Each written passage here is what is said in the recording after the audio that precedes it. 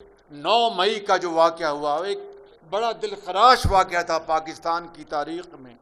9 مئی کو جو کچھ لاہور میں قائد اعظم کا وہ گھر تھا، جس طرح زیارت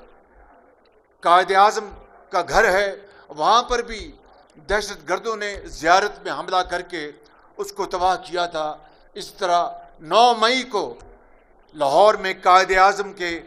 گھر کو راکھ بنا دیا گیا۔ یہ کوئی پاکستانی سوچ نہیں ہو سکتی، یہ کوئی پاکستانی یہ کام نہیں کر سکتا۔ یہ دہشت گرد اور پاکستان دشمن یہ اس کا کام ہے۔ جس طرح پشاور میں ریڈیو پاکستان کو جلا دیا گیا، وہاں پر 1947 سے لے کر آج تک کا ریکارڈ تھا، کس طرح جب پاکستان مارز وجود میں آیا 14 اگست کو، کس طرح پاکستان کی آزادی کی نوید سنائی گئی، اس ریڈیو پاکستان کو وہاں پر اس کو تباہ کر دیا گیا۔ GHQ راولپنڈی میں حملہ آور ہوئے۔ یہ پاکستانیت نہیں ہے، یہ کوئی حب الوطنی نہیں، یہ صریحاً دہشت گردی اور پاکستان دشمنی ہے۔ میرے نوجوان، میرے بچوں اور قوم کے عظیم معماروں اور پاکستان کے ستاروں اور پاکستان کے آپ درشندہ ستارے ہیں، مستقبل ہیں آپ ہمارے۔ میں آج یہ بات بلا خوف تردید کہنا چاہتا ہوں کہ دشمن 75 سال میں وہ کام نہ کر سکا جو 9